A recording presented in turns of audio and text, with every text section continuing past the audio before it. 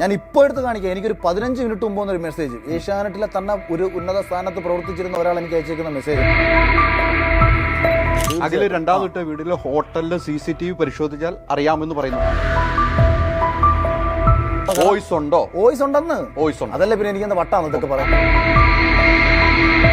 Channel നമ്മളെ മുദ്ര കുത്തുന്നത് തന്നെ മെയിൽ ഷോവനിസ്റ്റ്. അതുകൊണ്ട് വിളിച്ച് മാക്സിമം സെറ്റിൽമെന്റ് കഴിഞ്ഞ രാത്രി തൊട്ട് നടത്തി കഴിഞ്ഞു. അതിൽ പറയുന്ന കുറേ കാര്യങ്ങൾ ക്ലാരിറ്റി വേണം. ചില ആൾക്കാരുടെ ശരീരമാണ് ആവശ്യം. ബിഗ് ബോസ് പോലത്തെ ഒരു ഷോയിലേക്ക് വരുന്ന ഒരു മത്സരാർത്ഥി പൊതുവെ വീട്ടുകാരുടെ അഭിപ്രായം ചോദിച്ചിട്ട് പോകുന്നവരല്ല. പിന്നെ സംസാരിക്കാൻ വരുന്നത്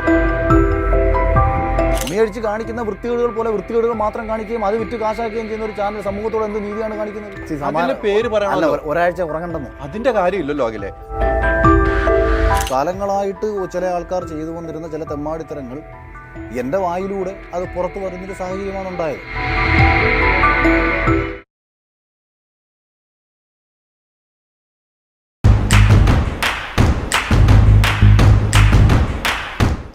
നമസ്കാരം. ഇന്ന് ഏറ്റവും വലിയ വിവാദം കത്തി നിൽക്കുന്ന ഒരു ദിവസമാണ്. ആ വിവാദത്തിന് തീ കൊളുത്തിയത് അഖിൽമാരാറാണ് ഇന്ന് എന്നോടൊപ്പമുള്ള. അഖിലെ നമസ്കാരം. നമസ്കാരം. എന്താണ് ചോദിക്കാമെന്ന് ചോദ്യത്തിന് പ്രസക്തിയില്ല. അഖിൽമാരാർ കുറേ പറഞ്ഞു സോഷ്യൽ മീഡിയയിൽ. അഖിൽമാരാറിനെ ഇങ്ങനെ ആക്കിയത് ഇന്നിവിടെ ഇരിക്കുന്നുണ്ടെങ്കിൽ അത് ഏഷ്യാനെറ്റാണെന്ന് ഞാൻ പറഞ്ഞാൽ അഖിൽമാരാർ എന്ത് പറയും? ഞാൻ ജനങ്ങളാന്ന് പറയും. ജനങ്ങൾ. അപ്പോൾ അവർക്കൊരു പങ്കുമില്ല. അവർക്കൊരു പങ്കുമില്ലെന്ന് ഞാൻ പറഞ്ഞില്ലല്ലോ. അത് താങ്കളുടെ ഭാഷ്യം. ഓക്കെ. എന്നെ ഏതെങ്കിലും രീതിയിൽ ഇന്ന് കാണുന്ന ഒരു അഖിലാക്കിയിട്ടുണ്ടെങ്കിൽ തീർച്ചയായിട്ടും കേരളത്തിലെ പ്രേക്ഷകരാണ്. അതിന് ഒരു വഴി ഒരുക്കി തന്നത് ഏഷ്യാനെറ്റ് എന്ന് പറയുന്ന ഒരു വലിയ പ്രസ്ഥാനമാണ്. ഞാൻ എൻ്റെ ഇപ്പം വിവാദം എന്ന് താങ്കൾ പറഞ്ഞില്ലേ, ഈ വിവാദം നമ്മളെ ജഗതിച്ചേട്ടന് ഏതോ ഒരു സിനിമ പറഞ്ഞെങ്കിൽ ഉണ്ടാവുകയല്ലോ ഉണ്ടാക്കുകയല്ലേ എന്ന് പറയേണ്ടി വരും. കയ്യിലിരിപ്പിന് നമുക്ക് ഇന്നല്ലെങ്കിൽ നാളെ ശിക്ഷ ലഭിക്കും. അപ്പം അതായത് കാലങ്ങളായിട്ട് ചില ആൾക്കാർ ചെയ്തു വന്നിരുന്ന ചില തെമ്മാടിത്തരങ്ങൾ എൻ്റെ വായിലൂടെ അത് പുറത്തു വരുന്നൊരു സാഹചര്യമാണ് ഉണ്ടായത്. അതിപ്പം ഞാനൊരിക്കലും ഏഷ്യാനെറ്റ് എന്ന ചാനലിനോടോ ബിഗ് ബോസ് എന്ന ഷോയോടോ നന്ദികേട് കാണിക്കാനോ അല്ലെങ്കിൽ ചാനലിനെതിരെ പറയാനോ ഞാൻ ആഗ്രഹിക്കുന്നില്ല. പക്ഷേ ഒരു തെറ്റ് ആ ചാനലിൽ പ്രവർത്തിക്കുന്ന ഉത്തരവാദിത്തപ്പെട്ട സ്ഥാനത്തിരിക്കുന്ന ആൾക്കാർ കഴിഞ്ഞ കുറേ കാലങ്ങളായിട്ട് ചെയ്തുകൊണ്ടിരിക്കുകയും നമ്മളോടത് പല ആൾക്കാർ പറയുകയും ചെയ്യുന്നൊരു സാഹചര്യത്തിൽ ഈ അടുത്തിടെ നടന്ന ഒരു വിഷയം വളരെ ഗൗരവകരമായ രീതിയിൽ എനിക്ക് കേൾക്കേണ്ട സാഹചര്യം വരുന്നു.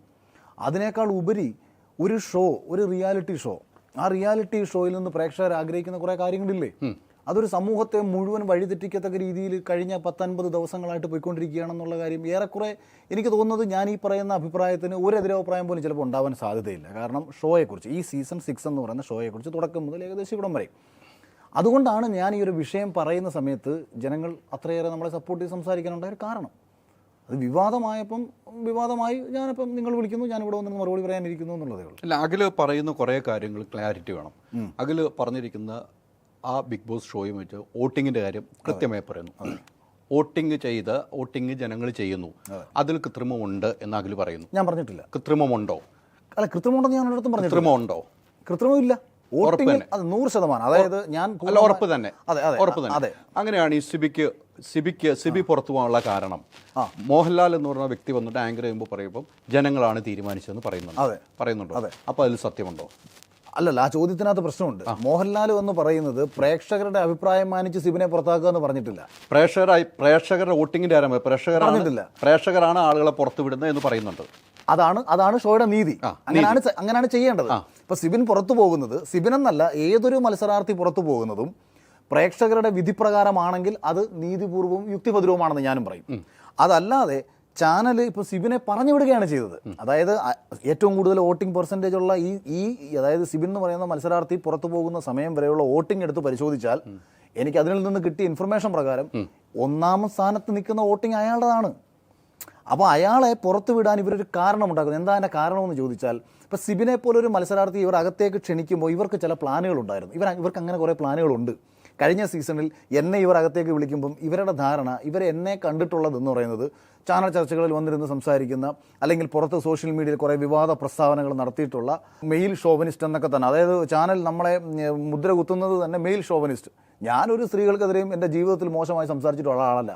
എൻ്റെ കാഴ്ചപ്പാട് ഞാൻ എപ്പോഴും പറയാറുണ്ട്, ജെൻഡറോ രാഷ്ട്രീയമോ ഒന്നുമല്ല, കയ്യിലിരിപ്പാണ്. നമ്മൾ എതിർക്കും. കയ്യിലിരിപ്പ് മോശമാണെന്നുണ്ടെങ്കിൽ ഏതവനാണെന്നുണ്ടെങ്കിൽ എതിർത്ത് തന്നെ സംസാരിക്കും. അത് സ്ത്രീയോ പുരുഷനോ ട്രാൻസ്ജെൻഡറോ മറ്റേതോ മറിച്ചതോ ഒന്നും ഒരു വിഷയമില്ല. അത് ഏത് രാഷ്ട്രീയക്കാരനായാലും നമുക്ക് വിഷയമില്ല. ശരിയാണെങ്കിൽ ശരി, തെറ്റാണെങ്കിൽ തെറ്റ്.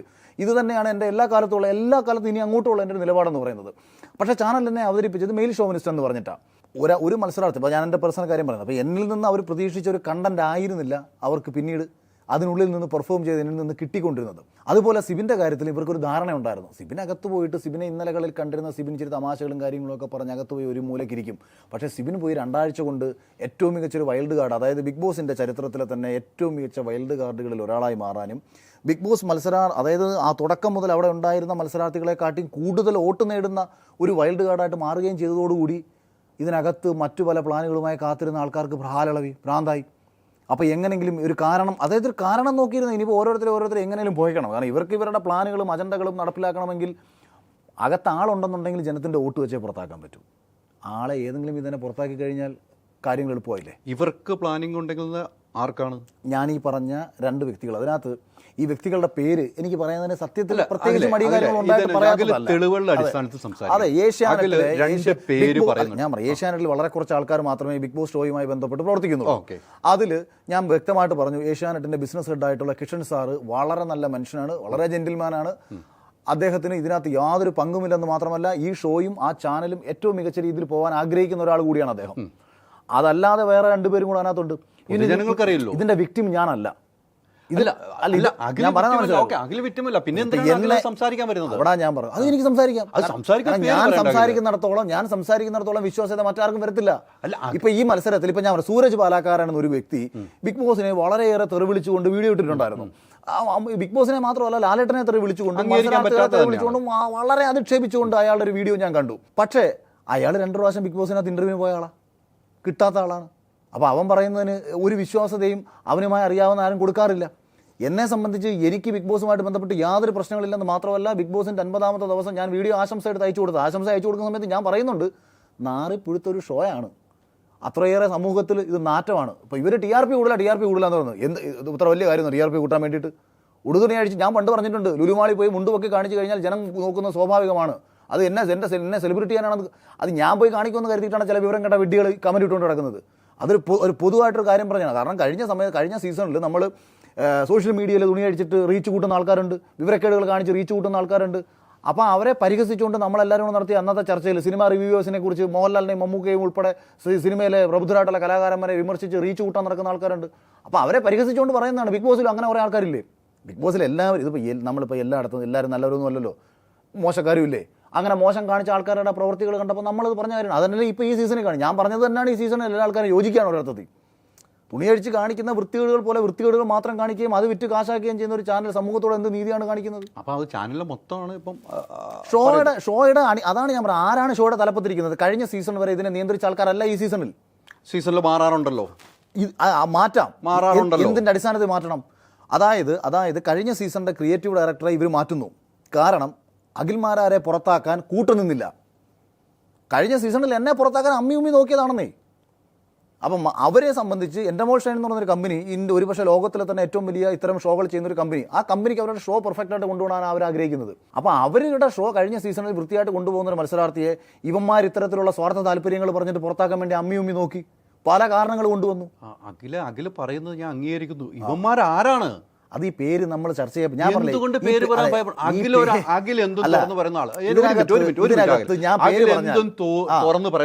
തുറന്ന് പറയുന്നതിന്റെ പ്രശ്നമില്ലെന്ന് അവന്മാര് തൂറിവാരി വരുവന്നേ. പറയുമ്പോൾ ഞാൻ പറഞ്ഞുതരാം. ഈ തലയിൽ കോഴിയെ കട്ടവന്റെ തലയിൽ പൂട ഉണ്ടെന്ന് പറയത്തില്ലേ നമ്മള്? പൂട തപ്പിക്കൊണ്ടിരിക്കുക, 2 കൂടെ അവിടെ മാറിയും തിരിഞ്ഞു വരുന്നത്. എന്തുകൊണ്ട് എന്തുകൊണ്ട് പേര് പറയുന്നില്ല? പേര് പറയണല്ലോ, ഒരാഴ്ച ഉറങ്ങണ്ടെന്ന്. അതിന്റെ കാര്യമില്ലല്ലോ. അഖിലെ പ്രേക്ഷകർ കാണുന്നില്ല. ഇത് ഇത്രയും പേരാണ് ചോദ്യങ്ങൾ ചോദിച്ചിട്ടിരിക്കുന്നത്. നിയമപരമായിട്ട് പോകാൻ ഉദ്ദേശിക്കുന്നിടത്തോളം കാലം, അതായത് എന്റെ ഉദ്ദേശം എന്താ പറഞ്ഞു? എന്റെ ഉദ്ദേശം എന്ന് പറയുന്നത് ഈ ഷോ ഇതുവരെ പോയിക്കൊണ്ടുന്ന രീതിയിൽ ഇനിയൊരു മാറ്റം ഉണ്ടാകണം. ഒന്ന്, ഇതുവരെ മത്സരാർത്ഥികളുമായിട്ട് ബന്ധപ്പെട്ട് ഇപ്പം ജിൻഡോയെ പോലൊരു മത്സരാർത്ഥിക്ക് പുറത്ത് പ്രേക്ഷകരുടെ പിന്തുണയുണ്ട്. അതേപോലെ പ്രേക്ഷകർ ഇഷ്ടപ്പെടുന്ന 1-2 മത്സരാർത്ഥികളെങ്കിലും ഹൗസിനുള്ളിലുണ്ട്. അവരെ ജയിപ്പിക്കത്തക്ക രീതിയിൽ, അല്ലെങ്കിൽ അവരെയാണ് ജയിപ്പിക്കാൻ പ്രേക്ഷകർ തീരുമാനിക്കുന്നതിൽ അവർ ജയിക്കണം. അപ്പോൾ ഇനി അങ്ങോട്ടെങ്കിലും ഇവർമാർ ഈ ഷോയിൽ കാണിക്കാൻ പോകുന്ന കള്ളത്തരങ്ങൾ ഈ ഷോ എനിക്കിപ്പോൾ ഇതിനകത്ത് ഞാൻ എപ്പോഴും പറയുന്നൊരു കാര്യമുണ്ട്. ഇപ്പോൾ ഒരാൾ ഒരു സ്ത്രീയെ ഇപ്പോൾ സിനിമയിൽ നമ്മൾ കാസ്റ്റിംഗ് കൗച്ചിനെ കുറിച്ച് പറയും. ഒരു സ്ത്രീ അവളുടെ സ്വന്തം ഇഷ്ടപ്രകാരം ഒരാളുടെ കൂടെ പോയി കിടന്നു കൊടുത്തതിൻ്റെ അടിസ്ഥാനത്തിലാണ് ആ സിനിമയിൽ അവർക്ക് അവസരം കിട്ടിയെന്നുണ്ടെങ്കിൽ നിയമപരമായിട്ടൊരു നിയമത്തിന് എന്ത് ചെയ്യാൻ പറ്റും? ആ സ്ത്രീക്ക് പരാതി ഇല്ലാത്തടത്തോളം കാലം നമുക്ക് നിയമത്തിനോ നമുക്കോ വ്യക്തികൾക്കോ ഒന്നും ചെയ്യാൻ പറ്റത്തില്ല. അവർ പരാതി ഇല്ലാത്തടത്തോളം കാലം. അതുപോലെ തന്നെ ഇവരെ ഇഷ്ടം പോലെ എങ്ങനെയോ ജീവിച്ചോട്ടെന്നേ, ആർക്കും ഒരു പ്രശ്നമില്ല. പക്ഷേ അത് മറ്റൊരു മത്സരാർത്ഥിയുടെ ജീവിതത്തെ ബാധിക്കത്തക്ക രീതിയിലാവരുത്. ഞാനിവിടെ ഇടപെടേണ്ടി വന്നൊരു സാഹചര്യം ഉണ്ടായത് എന്തുകൊണ്ടാണ് രാവിലെ, അതായത് ഇന്നലെ രാത്രി ലൈവ് ഇടുന്ന ഞാൻ രാവിലെ 1.5 മണിക്കൂർ ലൈവ് ഇട്ടതാണല്ലോ. ഈ 1.5 മണിക്കൂർ ലൈവിൽ ഞാനൊരു അക്ഷരം ഇവരെ പറ്റി പറഞ്ഞില്ല. ഞാൻ സിബിൻ എന്ന് പറയുന്ന ആളെ ഞാൻ എൻ്റെ ജീവിതത്തിൽ ഇതുവരെയും കണ്ടിട്ടില്ല. ഞാൻ സിബിനെതിരെ മോശമായിട്ടാണ് ഞാൻ ആ ലൈവിൽ പറയുന്നത്. അതായത് എടാ ലാലേട്ടൻ ഇത് പറയുന്നത് കേട്ട് പേടിച്ച് നീ പോയോ, പിന്നെ നീ എന്ത് ബിഗ് ബോസ് മത്സരാർത്ഥിയാണ്? എൻ്റെ കഴിഞ്ഞ സീസൺ എടുത്തു കഴിഞ്ഞാൽ ആദ്യ ആഴ്ചയിൽ വന്ന മധുവിഷയം തൊട്ട് 70ാമത്തെ ദിവസം ശോഭയ്ക്കെതിരെ നടത്തിയ പരാമർശം എന്ന് പറഞ്ഞിട്ട് പുറത്ത് സ്ത്രീ സംരംഭകരെല്ലാവരും കൂടെ എനിക്കെതിരെ കേസ് കൊടുക്കാൻ പോകുന്നു എന്ന് പറഞ്ഞുണ്ടാക്കിയിട്ടുള്ള വലിയ പ്രശ്നങ്ങൾ ഉൾപ്പെടെ എല്ലാ ദിവസവും എന്നെ വന്നിരുന്ന എല്ലാ ശനിയാഴ്ചകളിലും എടുത്തു കൊടുക്കുന്ന ഒരാളായിരുന്നല്ലോ ലാലേട്ടൻ. അപ്പം നമ്മൾ ആ സമയത്ത് അതിനെ സർവൈവ് ചെയ്ത് നിന്നു, നമ്മളവിടെ പിടിച്ചു നിന്നു. നിനക്ക് എന്തുകൊണ്ട് പറ്റിയില്ല എന്ന് പറഞ്ഞ് ഞാൻ സിബിനെതിരെ സംസാരിക്കുകയാണ് രാവിലെ ചെയ്തത്. കേസെടുത്തില്ലേ? ഏതായിരുന്നു? ശോഭയുടെ വിഷയത്തിൽ എനിക്കെതിരെ കേസൊന്നും എടുത്തില്ല. ഇവിടെ എടുത്തിട്ടില്ല. എടുത്തെന്നൊക്കെ പറഞ്ഞ് എന്നെ കൺഫെഷൻ റൂമിൽ വിളിച്ച് വരട്ടിയൊക്കെ ചെയ്തു കേട്ടോ. ഞാൻ പറഞ്ഞ് എടുത്തോട്ടെന്ന് പറഞ്ഞു. ഞാനൊരു വ്യക്തിക്കെതിരെ പറയുന്നത് എങ്ങനെ കേരളത്തിൽ കിടക്കും? ഞാൻ ഹൈദറിനെ പറ്റി പറഞ്ഞാൽ മൂവി വേൾഡ് മീഡിയയുടെ മുതലാളി എനിക്കെതിരെ കേസ് കൊടുക്കേണ്ട കാര്യം എന്തോ?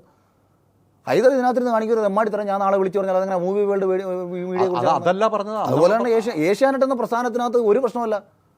ആ പ്രസ്ഥാനത്തിനകത്ത് കയറി ഇരുന്നിട്ട് തെമ്മാടിത്തരം കാണിക്കുന്ന 2 പേർ ഈ ഷോയിലേക്ക് വരാൻ ആഗ്രഹിക്കുന്ന നിരവധി ചെറുപ്പക്കാരുടെ ജീവിതം വെച്ച് ഇവന്മാർ കളിക്കുന്നു. അവന്മാരുടെ താല്പര്യങ്ങൾ, അതായത് പൈസ. ഇതിനകത്ത് മുമ്പൊക്കെ ആയിരുന്നെങ്കിൽ വലിയ പൈസ മേടിച്ച് പെർ ഡേ വലിയ ശമ്പളം മേടിച്ച് വന്നുകൊണ്ടിരിക്കുകയാണ്. എൻ്റെ മോൾ ഷൈൻ എന്ന് പറയുന്നൊരു കമ്പനി ഇവർക്ക് ഇത്ര രൂപ കൊടുക്കും. അതായത് ഞാൻ പോയി സപ്പോസ് കറക്റ്റ് കണക്കായിരിക്കും, ഒരു ഉദാഹരണം പറയാം. ഇപ്പോൾ 1.5 കോടി രൂപ ഈ സീസണിലെ മത്സരാർത്ഥികൾക്ക് വേണ്ടി കൊടുക്കണമെന്ന് പറഞ്ഞു കഴിഞ്ഞാൽ പിന്നെ ഇതിൻ്റെ തീരുമാനം എടുക്കുന്നത് ഏഷ്യാനെറ്റിനാണ്, ഈ ആൾക്കാരാണ്. അപ്പോൾ ഈ PRO ടീംസിൻ്റെ ഭാഗത്തു നിന്ന് ആൾക്കാരെ വിളിച്ചിട്ട് അതെ ഇവർക്ക് വേണ്ടപ്പെട്ടവരെടുത്ത് 30,000 പെർ ഡേ ശമ്പളം തരാം, 40,000 പെർ ഡേ ശമ്പളം തരാം, മറ്റവർക്ക് നമ്മൾ 10,000 കൊടുത്തിട്ടുള്ളൂ, അത് അത്രേ ഉള്ളൂ ശമ്പളം, അപ്പോൾ നീ അത്രയും കരുതി വെച്ചാൽ മതി, ബാക്കി എങ്ങനെയാണെന്ന് വെച്ചാൽ അറിയാമല്ലോ, നീ ഇത് നമ്മളെ ഭാഗത്ത് ഡീൽ ചെയ്തോണം. ഇത്തരം ഡീലിങ്ങുകൾ ചെയ്യുന്നുണ്ട്. ചില ആൾക്കാരുടെ ശരീരമാണ് ആവശ്യം എന്നും കരുതിയിട്ട് ഇപ്പം ഇന്ന് രാവിലെ കുറച്ച് പേര് ചോദിച്ചു. ഇത് എല്ലാവരെയും കുറിച്ചല്ല. ഇപ്പം നമ്മൾ സിനിമയിൽ കാസ്റ്റിംഗ് കൗച്ച് ഉണ്ടെന്ന് പറയാറില്ലേ? കാസ്റ്റിംഗ് കൗച്ച് ഉണ്ടെന്ന് പറഞ്ഞാൽ മലയാള സിനിമയിൽ ഇന്ന് വരെ അഭിനയിച്ചിട്ടുള്ള സകല നടിമാരും KPC ചേച്ചി മരിച്ചു, അല്ലെങ്കിൽ അത്രയും സീനിയർ ആയിട്ടുള്ള നടി മുതൽ ഈ ഏറ്റവും അവസാനം ഇറങ്ങിയ പുതിയ സിനിമയിൽ അഭിനയിച്ചൊരു നായികയ്ക്ക് വരെ വേണമെങ്കിൽ ചോദിക്കാം, അതെന്തൊരു തെമ്മാടിത്തരോ എന്തൊരു മര്യാദ കടാ പറയുന്നത്? ഞങ്ങളെല്ലാവരും അങ്ങനാണോ സിനിമയിൽ വന്നത്? അങ്ങനാണോ അതിൻ്റെ അർത്ഥം? സിനിമയിൽ കാസ്റ്റിംഗ് കൗച്ച് ഉണ്ടെന്ന് പറഞ്ഞാൽ സിനിമയിൽ സ്ത്രീകളെ ഇത്തരം ദുരുപയോഗം ചെയ്യപ്പെടുന്ന പ്രവണതയുണ്ട്, ഏർപ്പാടുണ്ട്, അതിനെ ചോദ്യം ചെയ്യണം. ബിഗ് ബോസിലേക്ക് കയറാൻ വേണ്ടിയിട്ട് ബിഗ് ബോസിൻ്റെ അണിയറ പ്രവർത്തകരായിട്ടിരിക്കുന്ന ഇത്തരക്കാർ മത്സരാർത്ഥികൾക്ക് സെലക്ഷൻ കഴിയുന്ന വേളയിൽ ഇന്ന ആൾക്കാർ ഏറെക്കുറെ സെലക്ട് ആകുമെന്ന് ഉറപ്പിച്ചിരിക്കുന്ന സാഹചര്യത്തിൽ ആ മത്സരാർത്ഥികളോട് തന്ത്രപരമായിട്ട് നടത്തുന്നൊരു സമീപനമുണ്ട്. അതായത് ഇപ്പോൾ നമ്മളിൽ ഈ ജോലി കൊടുക്കുന്നൊരു തട്ടിപ്പ് നടക്കും. പട്ടാളത്തിൽ നോർമലി ട്രെയിനിങ്ങിന് പോലെ നമ്മൾ ഇൻ്റർവ്യൂവിന് പോയി കഴിഞ്ഞാൽ കുറേ പേർക്ക് കിട്ടും. അപ്പോൾ അതിൽ ഒരു 100 പേരെ പട്ടാളത്തിലേക്കുള്ള ട്രെയിനിങ്ങിന് പറഞ്ഞു വിട്ടിട്ട് എടാ നിങ്ങൾക്ക് ജോലി കിട്ടിക്കഴിഞ്ഞാൽ എന്താണെന്ന് വെച്ചാൽ നമുക്ക് പൈസ തരണം എന്ന് പറഞ്ഞു കഴിഞ്ഞാൽ 110 പേർക്ക് എങ്ങനെയാലും കിട്ടും. അത് ഞാൻ മേടിച്ചു കൊടുത്തതാണെന്ന് പറഞ്ഞിട്ട് ഇവരെ കയ്യിൽ നിന്ന് കാശ് മേടിക്കുന്ന പഴയ ഉടായ്പ പരിപാടിയുണ്ട്. അതേപോലെ ഈ മത്സരാർത്ഥികളെ വിളിച്ചിട്ട് പറയും ഞങ്ങൾ ഉണ്ടായത് കൊണ്ടാണ് മക്കളെ നിന്നെ സെലക്ട് ചെയ്യുന്നത്, ഇല്ലെങ്കിൽ അറിയാമല്ലോ നീ പുറത്തു പോകും, ഞാൻ നിനക്ക് വേണ്ടി മാക്സിമം സംസാരിച്ചതാ, പിടിച്ചതാ, മറ്റേതാ മറിച്ചതാ മടേ കൂടെ. കുറേ ആൾക്കാർക്ക് അബദ്ധം പറ്റും. ഇവർ വിചാരിക്കും ഇവരില്ലെന്നുണ്ടെങ്കിൽ എൻ്റെ ജീവിതം പോയി തകർന്നു പോകും, ഇവർ വിളിക്കുന്ന ഹോട്ടലുകളിൽ പോകും. അങ്ങനെ പോയിട്ടുള്ളവരുണ്ട്, പോകാത്തവരുണ്ട്. പോകാത്തവരും പോയിട്ടുണ്ട്. അഖിൽ പറഞ്ഞത് എല്ലാ സീസണിനെ ഉൾപ്പെടുത്തിയാണ് പറഞ്ഞത്. അതെ, ഇപ്പൊ എല്ലാ തുടക്കം മുതൽ ഈ സീസൺ തീർച്ചയായിട്ടും. അഖിൽ രണ്ടാമത്തെ വീട്ടിൽ ഹോട്ടലിൽ CCTV പരിശോധിച്ചാൽ അറിയാമെന്ന് പറയുന്നുണ്ട്. ഇതൊക്കെ കൃത്യമായിട്ട് ഏഷ്യാനെറ്റിലുള്ളിരിക്കുന്നവർക്ക് തന്നെ അറിയാം. അല്ല അങ്ങനെ പോകാൻ പറ്റില്ലോ. സ്ത്രീകളെ കുറിച്ചാണ് പറഞ്ഞാണ്. സ്ത്രീകളെ പേടിക്കണം.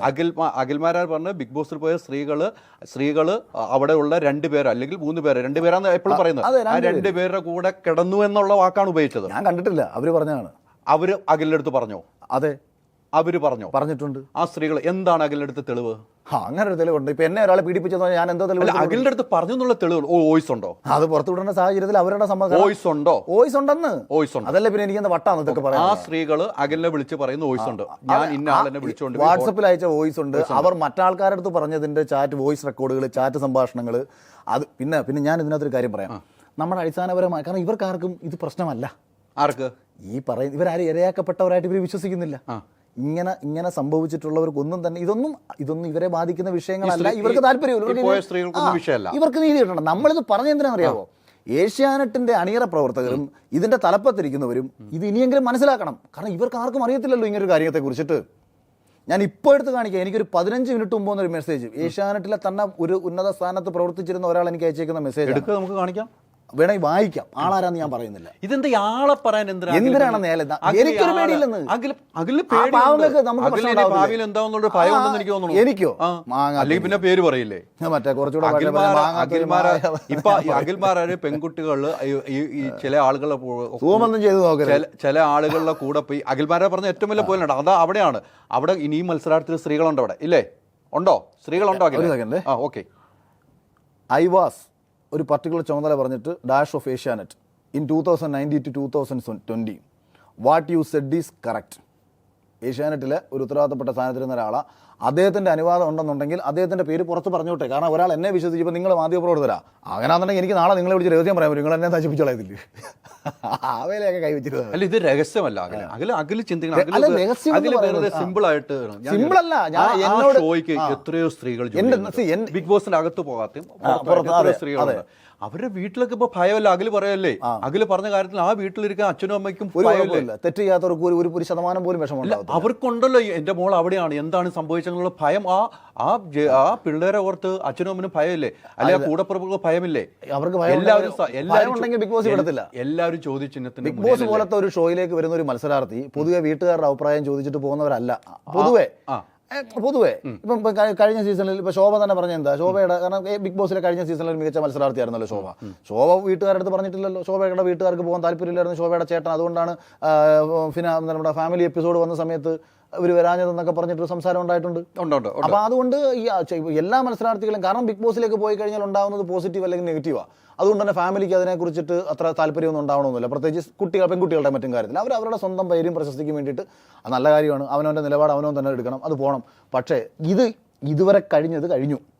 കാരണം ഇപ്പം ഞാൻ പറഞ്ഞില്ല, എന്നെ ആരും പീഡിപ്പിച്ചിട്ടില്ല. എന്നെ പീഡിപ്പിച്ചിട്ടുണ്ടെന്നുണ്ടെങ്കിൽ ഞാൻ അത് ആണിനെയും പീഡിപ്പിക്കാൻ പെണ്ണിനെയും പീഡിപ്പിക്കാൻ കേട്ടോ, വലിയ കാര്യമൊന്നുമുള്ള കാര്യമല്ല. കാര്യം ഇന്നത്തെ കാലത്ത് അവർക്ക് ആരെ വേണമെന്നില്ല പോയി ചെയ്യാം. അല്ല ഞാൻ പറഞ്ഞത്, അത് പോകണമെങ്കിൽ പോവാം. ഞാൻ പറഞ്ഞത് ഇപ്പോൾ ഒരാൾ ചോദിക്കണം സ്ത്രീകളെ മാത്രമേ പീഡിപ്പിക്കുള്ളൂ, സ്ത്രീകളെ മാത്രമല്ലല്ലോ, പുരുഷനെയും ശാരീരികമായിട്ട് ഉപയോഗിക്കാം. പക്ഷേ അവർക്ക് പരാതി ഇല്ലാത്തടത്തോളം കാലം അവരിതെല്ലാം പറയുന്നപ്പോൾ അവർക്ക് പേടിയാണെന്നേ. കാര്യം എന്ന് പറഞ്ഞാൽ അറിയോ, ഇപ്പോഴും ഈ സിബിൻ്റെ കേസ്, സിബിനെ ഭീഷണിപ്പെടുത്തുകയാണ് ഇവർ. പുറത്ത് പറഞ്ഞാൽ അങ്ങനെ ചെയ്ത് കളയും, കരിയർ ഇല്ലാതാക്കി കളയും, മറ്റേത് ചെയ്ത് മറിച്ച് ചെയ്ത് കളയും എന്ന് പറഞ്ഞിട്ട് ഇവനെ ഭ്രാന്തനാക്കി ചിത്രീകരിക്കാൻ കൂടെ ശ്രമിച്ചു കളഞ്ഞു. നമുക്കിത് നിങ്ങൾ ആലോചിക്കണം, നമുക്കിതിനകത്ത് എന്തുകൊണ്ട് അത്ര ദേഷ്യം വരുന്നറിയാവോ? ബൈപ്പോളാർ ഡിസീസിനുള്ള ഒരു മെഡിസിൻ ഒരു രീതിയിലും പോലും ജീവിതത്തിൽ സൈക്കാട്രിക് മെഡിസിൻ കഴിക്കാത്ത ഒരുത്തൻ എടുത്ത് കൊടുക്കുക. സിബിന്റെ കയ്യിൽ അവന്റെ എക്സ്ക്ലൂസീവ് നിങ്ങൾക്ക് കിട്ടിയാൽ അവൻ അതിന്റെ പ്രൂഫ് അടക്കം പുറത്തു വിടും. അവന്റെ കയ്യിൽ ആ മെഡിസിന്റെ ഗൂഗിൾ സെർച്ച് ചെയ്ത് നോക്കിയിട്ടാണ് അവൻ പറഞ്ഞതെന്ന് പറഞ്ഞു. ഞാൻ പറഞ്ഞത് എനിക്ക് വെറുതെ വിളിച്ചു പറയാൻ എനിക്ക് നട്ടപ്രാന്തൊന്നുമില്ല.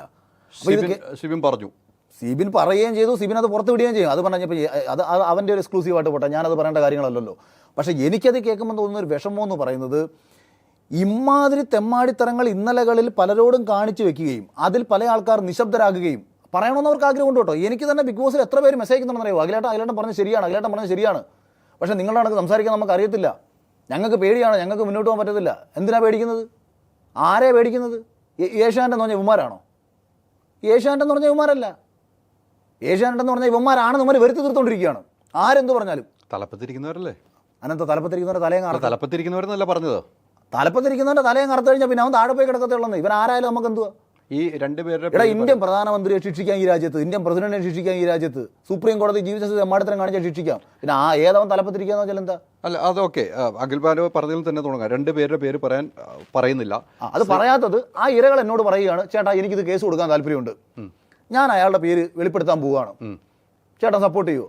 100% സപ്പോർട്ട് ചെയ്യും. എന്നോടാ കാണിച്ചിരുന്നുണ്ടെങ്കിൽ ചെബുക്കലടിച്ചാൻ പറഞ്ഞു. ഇത്രയ്ക്കും വീഡിയോ ഒക്കെ വന്നിട്ട് ആ ഇരകള് അഖിലിനെ വിളിച്ചില്ലേ ഇതുവരെ? എന്നോട് ഞാൻ പറഞ്ഞില്ല, ഇത് ആ ഇരകൾ വിളിച്ചില്ലേ ഇതുവരെ? അവര് വിളിച്ചിട്ട് പറയുന്നത്, ചേട്ടാ ഇത് വഷളാക്കണ്ട. കാരണം ഇതിനകത്ത് വേറൊരു രസം ഞാൻ പറയാം. ഇവർക്ക് വളരെ വ്യക്തമായിട്ട് അറിയാമല്ലോ ഇവരെ ആരെയൊക്കെയാണ് ഇവർ വിളിച്ചുകൊണ്ട് പോയിട്ടുള്ളത് എന്നുള്ള കാര്യം. അതുകൊണ്ട് വിളിച്ച് മാക്സിമം സെറ്റിൽമെന്റ് ഇന്നലെ രാത്രി തൊട്ട് നടത്തി കഴിഞ്ഞു. എൻ്റെ പൊന്നു പെങ്ങളെ, എൻ്റെ പൊന്നുമോളെ, നീ പറയല്ലേ എന്ന് പറഞ്ഞ കരച്ചിലും പിഴിച്ചിലും അടക്കം എന്ത് വേണമെങ്കിലും ചെയ്തു തരാം, ചാനലിലുള്ള കംപ്ലീറ്റ് ഷോയും എടുത്തു തരാം, ആ കാലനാ നിന്നെ പീഡിപ്പിച്ചെന്ന് പറയാമെന്ന് വേണമെങ്കിൽ ഇപ്പോൾ പറഞ്ഞു കളയും. പറഞ്ഞൊന്നുമില്ല പറഞ്ഞിട്ടൊന്നുമില്ല കേട്ടോ. അല്ല വേണമെങ്കിൽ അങ്ങനെ പറയും. പറയുമ്പോൾ ക്ലാരിറ്റി ഉണ്ടെന്ന് ഞാൻ ഇപ്പോൾ പറയുമ്പോൾ ഞാൻ പറഞ്ഞില്ല, മേ ബി ഒരു പക്ഷേ പറഞ്ഞേക്കാം, അങ്ങനെ പറഞ്ഞേക്കാം, പലരോടും വിളിച്ച് പറഞ്ഞേക്കാം.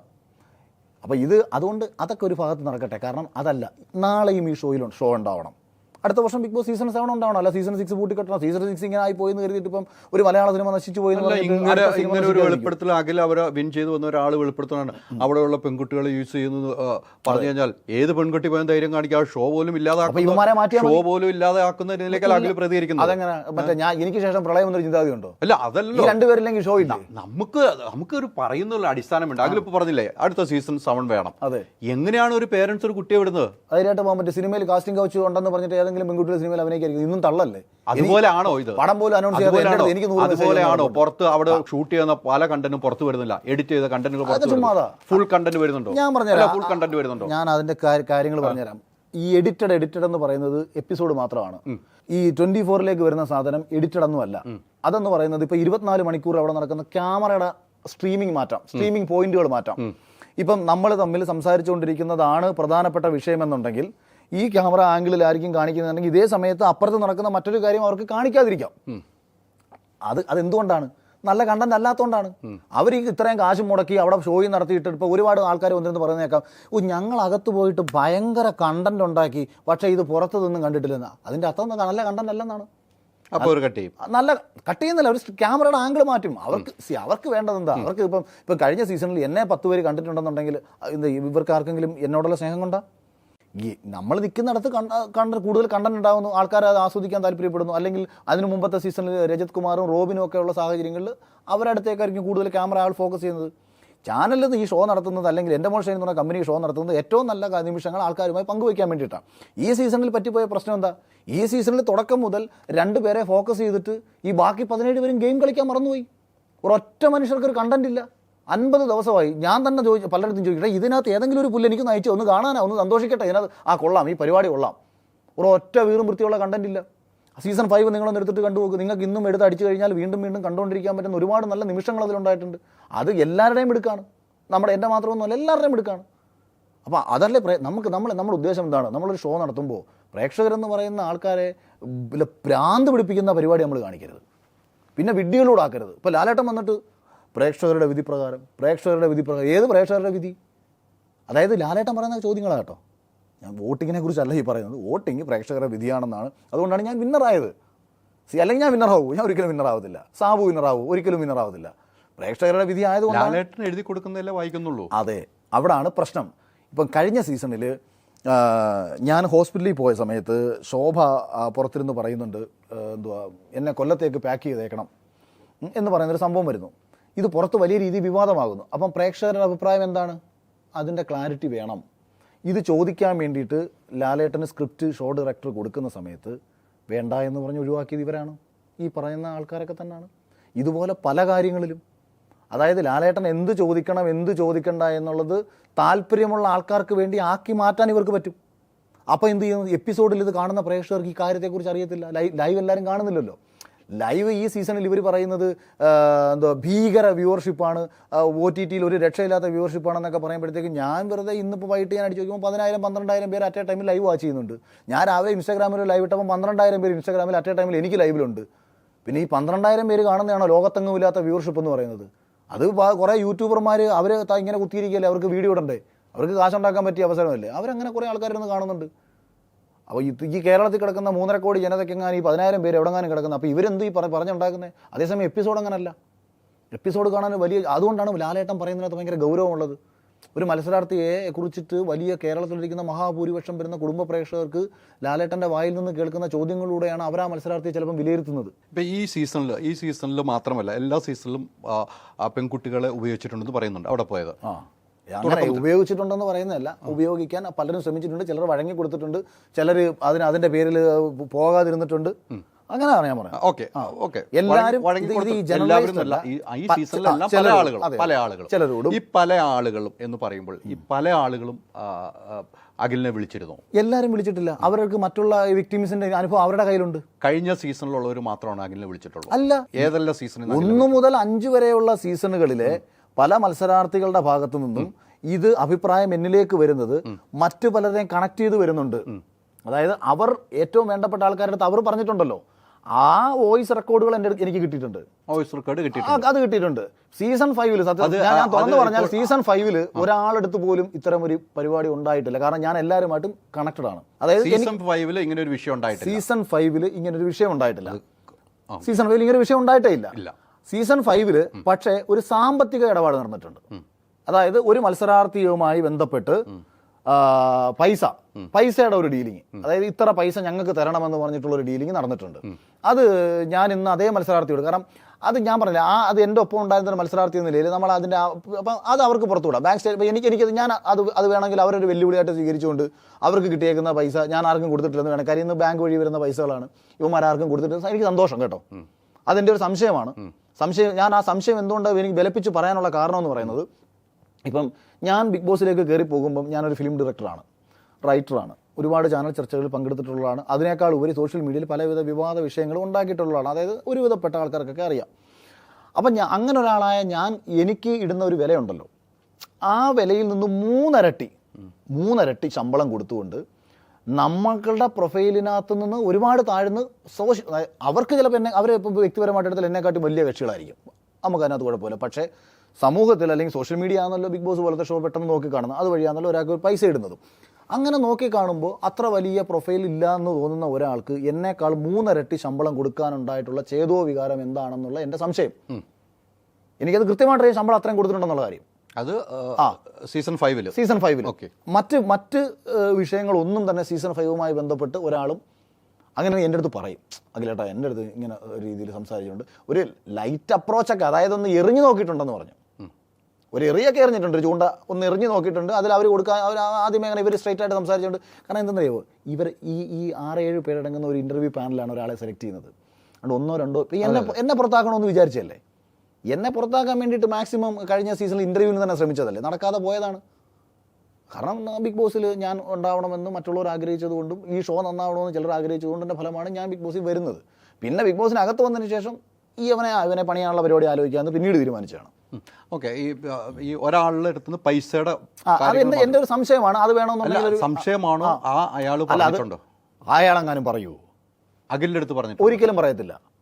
അഖിലിനെല്ലാം സംശയങ്ങളാണ്. അല്ലല്ല, അത് ഞാൻ പറഞ്ഞല്ലോ, അത് എൻ്റെ അടുത്ത് ഞാൻ പറഞ്ഞത്, ഇപ്പൊ ചാനൽ ഒരാൾക്ക് പൈസ തരുമ്പോൾ, ഇപ്പൊ താങ്കൾ ഒരു സീനിയർ മാധ്യമ പ്രവർത്തനാണ്, ഇന്ത്യ വിഷൻ മുതൽ ഇങ്ങോട്ട് ഇത്രയും കാലത്ത് എക്സ്പീരിയൻസ് ഉണ്ട്. താങ്കളെയും ഇന്നലെ ഓൺലൈനിൽ വരുന്ന ഒരു മാധ്യമ പ്രവർത്തനയും കൂടെ ഇതുപോലെ ബിഗ് ബോസ് എന്നൊരു പ്ലാറ്റ്ഫോമിലേക്ക് എടുക്കുകയാണ്, അല്ലെങ്കിൽ ഓൺലൈൻ മാധ്യമ പ്രവർത്തക ഒരു സ്ത്രീയാണെന്ന് വെച്ചോളൂ, താങ്കളെയും എടുക്കുകയാണ്. അപ്പോൾ താങ്കൾക്ക് തരുന്ന ശമ്പളം സപ്പോസ് 20,000 രൂപ ശമ്പളം താങ്കൾക്ക് പറയുന്ന ഒരു ദിവസം, അവർക്ക് 60,000 കൊടുക്കുന്നു എന്ന് പിന്നീട് താങ്കൾ അറിയുകയാണ്. അപ്പം നിങ്ങൾക്ക് തോന്നുന്ന സ്വാഭാവിക സംശയം എന്തായിരിക്കും അതിൻ്റെ കാരണമെന്ന് നിങ്ങൾക്ക് സംശയം തോന്നത്തില്ലേ? അപ്പം ഈ കാരണം എന്താ? അപ്പം ഈ കാരണമെന്ന് പറയുന്നത് അവർക്ക് ചിലപ്പം കൊടുക്കുന്നത് 20,000 അല്ലെ നിനക്ക് 15,000 ഉള്ളു കേട്ടോ, ബാക്കി 35,000 ഞങ്ങൾക്ക് തന്നോണം. ഇത് മുൻപുള്ള ചില മത്സരാർത്ഥികളടുത്ത് പറഞ്ഞിട്ടുണ്ട്, ഇത്തരം ഡീലുകളിൽ കയറ്റിവിടാമെന്ന് പറഞ്ഞിട്ടുണ്ട്. അതാ ഞാൻ പറഞ്ഞത്, അതൊരു സംശയമാണ്. ആ സംശയത്തിനുള്ള കാരണം ഇതാണ്, ഞാൻ പറഞ്ഞല്ലോ, ഈ രീതിയിൽ വന്ന സാലറി വേരിയേഷനിൽ നിന്നാണ് ഞാൻ എൻ്റെ മനസ്സിലേക്ക് ആ സംശയം വരുന്നത്. സംശയം മാത്രമേ ഉള്ളൂ. അത് സംശയം, അത് ആ ആരോപണത്തെ, അതൊരു ആരോപണമെന്ന് വേണമെങ്കിൽ എടുക്കുകയുള്ളൂ. ആ ആരോപണത്തെ വളരെ ഈസിലി അപ്പുറത്ത് പൊളിക്കാൻ പറ്റും. അവർക്ക് വന്നേക്കുന്ന ശമ്പളവും ഈ കഴിഞ്ഞ ഒരു വർഷത്തെ ബാങ്ക് സ്റ്റേറ്റ്മെൻറ്റ് പുറത്ത് വിട്ടാൽ പൊളിയും. പിന്നെ വേറെ സംശയം വിലക്കാൻ വേറൊരു കാര്യം കൂടി ഉണ്ട് കേട്ടോ. ഇയാൾ ജയിക്കാൻ വേണ്ടിയിട്ടാണ് പരമാവധി അതിനകത്ത് എനിക്കെതിരെ ആൾക്കാർ നിന്നത്. അതൊരു പ്രശ്നമാണ്. അപ്പോൾ അതുകൊണ്ടാണ് ഈ സംശയം എന്ന് പറയുന്ന ആരോപണം വിലക്കുന്നത്. എന്നെ പുറത്താക്കണമെന്നും മറ്റേയാളെ ജയിപ്പിക്കണമെന്നും പറഞ്ഞ് അകത്ത് അടിയും വഴക്കം ഉണ്ടാക്കി. ഞാൻ ജയിച്ച് കപ്പടിച്ച ദിവസം അവർ ഒരെണ്ണം പാക്കപ്പ് പാർട്ടിക്ക് വന്നില്ലെന്നേ, ഈ ടീം വന്നില്ല. അവരൊരു മെസ്സേജ് അയച്ചു എൻ്റെ മോൾഷൻ്റെ ആൾക്കാർക്ക്, ദിസ് ഈസ് അൺഫെയർ എന്ന്. എന്നിട്ട് ഈ മത്സരാർത്ഥിക്ക് വേണ്ടിയിട്ട് ഹോട്ട്സ്റ്റാറിൽ മറ്റേ റോബോട്ടിക്കായിട്ട് സോഫ്റ്റ്വെയർ ഓട്ടടിച്ച് കയറ്റി. അതവർ പിടിച്ചു. അവർ പിടിച്ചതുകൊണ്ടായിരിക്കും അൺഫെയർ എന്ന് പറഞ്ഞത്. കാരണം ഏത് വിധേന എന്നെ തോപ്പിക്കണമല്ലോ, അപ്പോൾ കള്ളവോട്ടെങ്കിലും ചെയ്ത് തോപ്പിക്കണം. കാര്യം അമ്മാതിരി ഹ്യൂജ് ഓട്ട് എനിക്ക് കിട്ടുന്നുണ്ട് തുടക്കം മുതൽ. ഈ പൈസ കൊടുത്തതിൻ്റെ അതായത് പ്രേക്ഷകരെ ആക്കാൻ കഴിയുന്ന ഒരു സാധനം ഇതിവിടാണ്. അത് പക്ഷേ ഞാൻ വേറെ കാര്യം കേട്ടോ, അതിപ്പോൾ പറഞ്ഞപ്പോഴാണ് എനിക്ക് ഓർമ്മ വന്നത്. വേണമെങ്കിൽ ഇവർക്കൊരു മാനിപ്പുലേഷൻ നടത്താം. ഈ ഫിനാലയിൽ മാത്രമായിരിക്കും ഈ റോബോട്ടിക്കായിട്ട് വരുന്ന അല്ലെങ്കിൽ സോഫ്റ്റ്വെയർ ആയിട്ട് വരുന്ന വോട്ടുകളെ പിടിക്കാൻ വേണ്ടിയിട്ട് ഓഡിറ്റിംഗ് സിസ്റ്റം ഇരിക്കുന്നത്. കാര്യം എന്ന് വെച്ചാൽ 5 പേരല്ലേ ഉള്ളൂ. അതിൽ ഏറ്റവും കൂടുതൽ വോട്ട് കിട്ടുന്ന ഒരാൾ വേണം ജയിച്ചു വരാനെന്ന് അവർ ആഗ്രഹിക്കുന്നുണ്ടും ആ സമയത്ത് ഓഡിറ്റിംഗ് ടീം ചിലപ്പോൾ ഭയങ്കര സ്ട്രോങ് ആയിട്ട് വാച്ച് ചെയ്യും. അതേസമയം ഇപ്പുറത്ത് ഈ നോർമൽ ഒരു വീക്കെൻഡ്, അതായത് ഒരു 4th week 5th week 6th week അതിൽ ഇവർക്ക് താല്പര്യമുള്ളൊരു മത്സരാർത്ഥി മാക്സിമം നിൽക്കണമെന്നുള്ള ഉദ്ദേശം ഇവർക്കുണ്ടെന്നുണ്ടെങ്കിൽ ചിലപ്പോൾ ഒരു 500 വോട്ടിൻ്റെയോ 1000 വോട്ടിൻ്റെയോ അല്ലെ 10,000 വോട്ടിൻ്റെയോ ഒക്കെ വ്യത്യാസത്തിൽ താഴെയാണെന്നുണ്ടെങ്കിൽ രഹസ്യമായിട്ട് വിളിച്ചിട്ട് അവർക്ക് വേണ്ടപ്പെട്ട ആൾക്കാർക്ക് ഇൻഫർമേഷൻ കൊടുത്തിട്ട് പറയാം, ഇന്ന ആൾക്ക് സപ്പോസ് എക്സ് എന്ന് പറയുന്ന നമ്മുടെ കണ്ടസ്റ്റൻസിന് ഇപ്പോൾ ഇത്ര വോട്ട് കുറവുണ്ട്, അവളാണ് ഇപ്പോൾ ലാസ്റ്റ് നിൽക്കുക, അവനാണ് ഇപ്പോൾ ലാസ്റ്റ് നിൽക്കുന്നത്, നമുക്കറിയാവുന്നൊരു ടീമുണ്ട്, അവരെ ഉപയോഗിച്ചുകൊണ്ട് വേണമെങ്കിൽ വോട്ടടിച്ച് കയറ്റിക്കോ, ആരും പെട്ടെന്ന് ഇപ്പോൾ ആരും പിടിക്കാൻ പോകുന്നില്ലെന്ന് പറയും. കാരണം അതാരും ശ്രദ്ധിക്കത്തില്ല. 15 മുതൽ 10, 15, 16, 17 മത്സരാർത്ഥികളോ അല്ലെങ്കിൽ 10 വരെയൊക്കെ ആൾക്കാർ നിൽക്കുമ്പോഴോ ആൾക്കാരും അത് വലിയ കാര്യമാക്കത്തില്ല, എങ്ങനെയെങ്കിലും സേഫായി. കാരണം ആര് പോയാലും ആൾക്കാർക്ക് ആ സമയത്ത് വലിയ പ്രശ്നമൊന്നും കാണത്തില്ല. അങ്ങനെ വേണമെങ്കിൽ ഈ പ്രേക്ഷകരെ വിഡ്ഢികളാക്കാം. പക്ഷേ കപ്പ് അല്ലെങ്കിൽ ഫിനാലയിലേക്ക് എത്തും. അതുകൊണ്ടാണ് ഇവർ ഫിനാലയിലേക്ക് ആൾക്കാരെ എത്തിക്കാതിരിക്കാൻ മാക്സിമം നോക്കുന്നത്. ഇവർക്ക് വേണ്ടപ്പെട്ട ആൾക്കാരെയൊക്കെ എത്തിക്കുക. പിന്നെ അതിൻ്റെ ഉദ്ദേശം എന്ന് പറയുന്നത്, ഒരാൾ ഒരു മത്സരാർത്ഥി ജയിച്ചു വരുമ്പോൾ ചാനലിനും ഉണ്ടാവുമല്ലോ, അല്ലെങ്കിൽ ഈ അണിയറ പ്രവർത്തകർക്ക് ഉണ്ടാവുമല്ലോ, അവർക്ക് അവരുടേതായിട്ടുള്ള സ്വാർത്ഥ താല്പര്യങ്ങളുണ്ടാവും. ഓരോരുത്തരെ വെച്ച് ഓരോന്ന് പ്ലാൻ ചെയ്യാം. അപ്പോൾ അത്തരം പ്ലാനിങ് ഒക്കെ എൻ്റെ കാര്യത്തിൽ തുടക്കത്തിലേക്ക് കുടുങ്ങി. തുടക്കത്തിലേ ഞാൻ അവസാനം 3ാമത്തെ 4ാമത്തെ പരിപാടി പങ്കെടുത്തിട്ട് ഞാൻ പറഞ്ഞില്ല, മേനാൽ എന്നെ ഒരു പരിപാടിക്ക് വിളിക്കരുതെന്ന് പറഞ്ഞു. ഞാൻ ഒരു പരിപാടിക്കും വരുന്നത് ഇപ്പോഴൊന്നും അല്ല കേട്ടോ, ഞാനൊരു 7 മാസങ്ങൾക്ക് മുമ്പേ ഞാൻ പറഞ്ഞതാണ്, നിങ്ങളുടെ കയ്യിലെ പാവയാവാനൊന്നും എനിക്ക് താല്പര്യമില്ല. ഞാൻ ആരുടെയും മറ്റേ ചാടിക്കളിക്കട കുട്ടിരാമ എന്ന് പറയുമ്പോൾ ഒന്ന് കളിക്കുന്ന കുട്ടിരാമനല്ല ഞാൻ. അതുകൊണ്ട് എന്നെ ഇനി ഒരു പരിപാടിക്കും വിളിക്കരുതെന്ന് ഞാൻ ആദ്യമേ അവരുടെ അടുത്ത് പറഞ്ഞ് ഒഴിവായതാണ്. എന്നെ വല്ല ഗസ്റ്റായിട്ടോ വല്ല ജഡ്ജോ അങ്ങനെയൊക്കെയുള്ള നമുക്ക് വന്നിരുന്ന കംഫർട്ട് ആവുന്ന സോണിൽ വിളിക്കുക. പിന്നെ ഉമ്മാർ നമ്മളെ നാട്ടിക്കാൻ വേണ്ടി കുറേ പരിപാടികളിൽ ഞാൻ പങ്കെടുത്ത് 1-2 പ്രോഗ്രാം വെച്ചിരുന്നു, അതെല്ലാം ഞാൻ മുൻകൂട്ടി വെട്ടി. ഞാൻ പറഞ്ഞു ഇപ്പോൾ മനസ്സിലായോ എന്തുകൊണ്ടാണ് ബിഗ് ബോസ് ജയിക്കേണ്ടി വന്നതെന്ന്. കുറേ ഉടായ്പ പരിപാടി കൊണ്ട് സ്ക്രിപ്റ്റിനകത്ത് വന്നു. എന്നിട്ട് എന്നെ ഫാമിലിയും കൂടെ വിളിച്ചിട്ട് ഏഷ്യാനെറ്റിൻ്റെ ഓണപരിപാടി നടന്ന സമയത്ത് ഞാനും ഫാമിലിയും കുട്ടികൾ ഉൾപ്പെടുന്ന എല്ലാവരുടെയും വിളിച്ചിരുത്തിയിട്ട് അതിനകത്തൊരു സ്കിറ്റ് കുമാർ കാണിച്ചു. എന്തുവാ ഞാൻ മുണ്ടിൻ്റെ പൊക്കുന്ന വിഷയമായിട്ട് കൊണ്ടുപോയിട്ട് ആ വിഷയം തന്നെ ഇവന്മാർ അനാവശ്യമായിട്ട് ഉണ്ടാക്കിയൊരു വിഷയമല്ലേ. ഹൗസിനുള്ളിൽ ഞാൻ തമാശയായിട്ട് നമ്മൾ ഇരുന്നിട്ട് ചുമ്മാ അതായത് എവിടെ എന്ത് മുണ്ട് പൊക്കിയ ആരെന്ത് മുണ്ട് പൊക്കിയത് കണ്ടു. ഒരു ഉടുത്തിരിക്കുന്ന മുണ്ട് ചുമ്മാ ഇങ്ങനെ കൈകൊണ്ടെന്ന് പൊക്കി കഴിഞ്ഞാൽ മറ്റേ തുണി അഴിച്ച് കാണിച്ചെന്നുള്ള രീതിയിലാണ് അതിൻ്റെ അർത്ഥം. മുണ്ട് പൊക്കിയതാണല്ലോ അത് ശരി, മുണ്ട് ഇങ്ങനെ പൊക്കാൻ പറ്റത്തില്ല. വെറുതെ പൊക്കുമല്ലോ, ശരിക്കും തന്നെ പൊക്കിയത്. എവിടെ പൊക്കിയത് ആ വീഡിയോ നമ്മൾ ഇന്റർവ്യൂവിൽ ചോദിച്ചാണ്. ഞാൻ തിരിച്ചങ്ങോട്ടൊരു കാര്യം പറയാം. ഇത് അതാ ഞാൻ പറഞ്ഞത്, നമ്മൾ നിന്ന് ഒരാളെ പൊക്കി കാണിക്കുക ഇതൊക്കെയാണല്ലോ സാധാരണ ലൈംഗിക ചേഷ്ടയോട് കൂടിയിട്ട് നമ്മൾ കാണിക്കുന്ന ആക്ട് എന്ന് പറയുന്നത്. ഞാൻ അവിടുന്ന് തമാശയായിട്ട് എന്തോ പറഞ്ഞ സമയത്ത് ഈ ബിഗ് ബോസിലെ മറ്റേ ലുലു മാളിലെ മുണ്ട് പൊക്കുന്ന കാര്യം പറഞ്ഞ സമയത്ത് നമ്മളിങ്ങനെ ഇരുന്നുകൊണ്ട് മുണ്ട് ഇങ്ങനെ പൊക്കി കാണിച്ചു കഴിഞ്ഞു. ആ വിഷയം അത് അകത്തിട്ടിരിക്കുന്ന ബോക്സർ പോലും കണ്ടില്ല എന്ന് അകത്തിരിക്കുന്ന മത്സരാർത്ഥികൾ പറഞ്ഞു. പിന്നെ എന്തോന്ന് പൊക്കി കാണിക്കില്ല, ഒരുത്തൻ പൊക്കി കാണിച്ചാൽ വീറും വൃത്തിയായിട്ട് കാണിച്ചുകൂടെ സമാനം. അപ്പോൾ അത് കാണിച്ചില്ലല്ലോ. മുണ്ട് പോലും അവൻ്റെ ബോക്സർ പോലും കാണാൻ പറ്റാത്ത ഒരുത്തൻ്റെ മുണ്ട് പൊക്കി കാണിക്കില്ല, എന്തോന്ന് കാണിക്കില്ല. ഞാൻ പറഞ്ഞില്ലല്ലോ, ഞാൻ പറഞ്ഞതാ. അതായത് പരിഹാസ രൂപേണ, അതായത് നമ്മളൊരു ചേഷ്ട. ഇപ്പം ഞാൻ നിങ്ങളെ വന്നിരുന്നിട്ട് ഇവിടെ വന്നിരുന്ന് എന്തെങ്കിലും പറഞ്ഞിട്ട് കൂടെ നിങ്ങൾ പറയുന്നുണ്ട് ഞാൻ കോക്കറി കുത്തി കാണിച്ചു കഴിഞ്ഞാൽ നിങ്ങൾക്ക് വിഷമമാവും. നിങ്ങളുടെ ആകില്ല എന്തും ആകില്ല. ഞാൻ സീരിയസ് ആയിട്ട് സംസാരിക്കുമ്പോൾ ഒരുമാതിരി മറ്റേ അടുത്ത കോക്കറി കുത്തി കാണിക്കുന്ന പറഞ്ഞാൽ പറയാം, അയ്യോ പുന്നാശാനെ അത് ശരിയല്ല. ഒരാൾ സീരിയസ് ആയിട്ട് ഇപ്പോൾ ലാലായിട്ട് അവിടെ സംസാരിക്കുന്നത് അവിടെ നിന്ന് ഇങ്ങനെയൊക്കെ ഇത് കാണിച്ചാൽ അങ്ങേർക്ക് വിഷമം തോന്നത്തില്ലേ? അപ്പോൾ ആ ചേഷ്ട ശരിയല്ല. അത് അത്തരത്തിലൊരു ചേഷ്ട, ആ ആക്ട് അത് തെറ്റാണെന്ന് ഞാനും പറഞ്ഞു. അതാണ് അവിടെ പറഞ്ഞ കാര്യം. പക്ഷേ അതിനെ എടുത്തു വെച്ചിട്ട് ആദ്യം ചാനലിലങ്ങ് ഏഷ്യാനെറ്റിൻ്റെ യൂട്യൂബിനകത്ത് അടിച്ചു, സെറീനെ മുണ്ട് പൊക്കി കാണിച്ച അഖിൽമാരാർ. സെറീനെ എന്തോ നീ മുണ്ട് പൊക്കി കാണിച്ചപ്പോൾ കണ്ടത്? ഒന്നും കണ്ടിട്ടില്ല അഖിലേട്ടാ എന്നാണ് അവൾ അകത്തും പറയുന്നത്, ഇന്നും പുറത്തും പറയുന്നത്. എന്നിട്ട് ഇവന്മാർ ഈ മര്യാദ വിടാന്ന് എഴുതി വെച്ചു. അതും കഴിഞ്ഞിട്ട് ഈ 2 പേരാണോ പിന്നെ ആരാണെന്ന് എഴുതി വെക്കുന്ന ടൈപ്പ് ചെയ്യാണെന്നവർക്ക് അറിയത്തില്ലായിരിക്കും. ഇവർ പറയുന്നുണ്ടായിരിക്കും മാക്സിമം. അതായത് ഒരാളെ ഏത് രീതിയിൽ പുറത്ത് തേജോവധം ചെയ്യാം, അതിന് മാക്സിമം. ഇന്നും കുറേ ആൾക്കാർ ഇത്തരം കമന്റുകളായിട്ട് വരുന്നുണ്ട്. ഞാൻ പറഞ്ഞതാ. അപ്പോൾ ഇത് അവരടിച്ചു വിടുന്നു. പിന്നീട് ഓണപരിപാടിക്ക് വിളിച്ചുകൊണ്ടിരുത്തിയിട്ട് ഇതേ ആക്ട് കാണിക്കുന്നു. കോമഡി എന്താണെന്നറിയാവോ? ഇതിൻ്റെ സ്ക്രിപ്റ്റ് എഴുതിയവൻ ബസ്സിനകത്ത് വെച്ചൊരു പെണ്ണിനെ മുണ്ടോക്കി കാണിച്ചതിൻ്റെ ഒരു ജയിലിലായി. എനിക്കെതിരെ ആരെന്ത് പണിഞ്ഞാലും പണിയുന്നവനൊക്കെ അകത്താ. ബിഗ് ബോസിനകത്ത് കുറേ എണ്ണം എന്നെ പണിയാൻ നോക്കി, പണിഞ്ഞ ഓരോന്നോരോന്നും വഴിയിലായി. ആ സ്കിറ്റിൻ്റെ ഡയറക്ടർ, ക്രിയേറ്റീവ് ഡയറക്ടർ ബസ്സിനകത്ത് വെച്ച് മുണ്ടോക്കി കാണിച്ചതിന് 2 ആഴ്ച കഴിഞ്ഞപ്പോൾ ജയിലിൽ എന്നെ പത്രവാർത്ത എടുത്ത് അയച്ചത് എൻ്റെ ഒരു സുഹൃത്ത്. ആണ്ടളിയാ ഇവൻ അളിയൻ അന്നത്തെ അതിൻ്റെ സ്ക്രിപ്റ്റിൻ്റെ ഡയറക്ടർ. ഓക്കെ, അഖിൽ പറഞ്ഞു വെച്ചാൽ ഈ കഴിഞ്ഞ സീസണിൽ പൈസ മാത്രം വാങ്ങിയിട്ടുണ്ടെന്ന് ആരും എൻ്റെ അടുത്ത് സ്ത്രീ സംബന്ധമായിട്ടുള്ള വിഷയം പേഴ്സണലി ആരും അത് മുന്നത്തെ സീസണുകളിലായിരുന്നു. പിന്നെ 1, 2, 3, 4 ഈ 4 സീസണിലാണ് ഈ സ്ത്രീകളുമായി ബന്ധപ്പെട്ട് വിഷയങ്ങൾ ഉണ്ടായത്. എനിക്ക് സീസൺ എല്ലാം ഞാൻ കാണാത്തതുകൊണ്ട് എനിക്ക് ഇന്ന ആൾക്കാരെ പേരേ അറിയത്തുള്ളൂ. അപ്പോൾ അവരൊക്കെ തന്നെ ഏതൊക്കെ സീസണിലാണെന്ന് വെച്ചാൽ എനിക്കറിയത്തില്ല. അല്ല ബാക്കി സീസണിലാണ്. ഈ 6ാമത്തെ സീസൺ നമ്മൾ അറിയാൻ പോകുന്നുള്ളൂ, നമുക്കറിയില്ല, ഇറങ്ങിയാലും അറിയാൻ പറ്റുള്ളൂ. ഇറങ്ങിയവരും എല്ലാം പറഞ്ഞോ? 6ാമത്തെ സീസണിൽ നിന്ന് പുറത്തായ സ്ത്രീകളും എല്ലാം പറഞ്ഞോ? ഇത് പുതിയത് ഞാൻ ഇന്നോ ഇന്നലെ കേട്ടതല്ലെന്ന്. ഇതെന്താണെന്നറിയാവോ? ഇപ്പം നമ്മളെടുത്ത് ഇപ്പം എൻ്റെ അടുത്ത് അഖിൽ അന്ന് മത്സരത്തിന് പോകണമെന്ന് ഇത് കേട്ടിരുന്നോ? മുമ്പ് ഇങ്ങനെ എൻ്റെ അടുത്ത് പലരും പറഞ്ഞിരുന്നു, അതായത് ബിഗ് ബോസിനകത്ത് എടുക്കുന്നതിന് അങ്ങനെയൊന്നും എടുക്കത്തില്ല, എന്നെയൊന്നും എടുക്കത്തില്ല, അതിനകത്ത് പ്ലാനുകളുണ്ട് ഉമാർക്ക് എന്നൊക്കെയുള്ള രീതിയിൽ ചില മത്സരാർത്ഥികളുടെ ഭാഗത്ത് നിന്നൊക്കെ പറഞ്ഞിട്ടുണ്ട്. പോകാൻ പറ്റുമെന്നേ പൊക്കോ നീ എന്ന രീതിയിൽ പറയുന്നുണ്ട്. ആ സമയത്ത് തന്നെ കുറേ കാര്യങ്ങൾ കേട്ടു. പുറത്തിറങ്ങി കഴിഞ്ഞപ്പോൾ ഇതിനകത്തുള്ള മത്സരാർത്ഥികളുടെ ഭാഗത്തുനിന്ന് തന്നെ അതായത് എന്തുകൊണ്ടാണെന്നറിയാമോ, എന്നെ മോശക്കാരനാക്കാൻ ശ്രമിച്ച ആൾക്കെതിരെ ഏഷ്യാനെറ്റിനുള്ളിലും വിരോധമുണ്ട്. ഏഷ്യാനെറ്റിൽ തന്നെ പല ആൾക്കാർക്കും ഇവരെ തീരെ ഇഷ്ടമല്ല. ഇവരുടെ ഈ പരിപാടികൾ ഇവർക്കറിയാം, സിനിമാ മേഖലയിലുള്ളവർക്കും അറിയാം. അല്ല, അഖിലിനെ മോശമാക്കാൻ തീരുമാനിച്ച ആളുകളെ കുറിച്ച് അഖിൽ അവിടെ നിൽക്കാം. അഖിലിനെ മോശമാക്കാൻ ശ്രമിച്ച ആളുടെ പേര് പറയാൻ അഖിലിന് കഴിയും.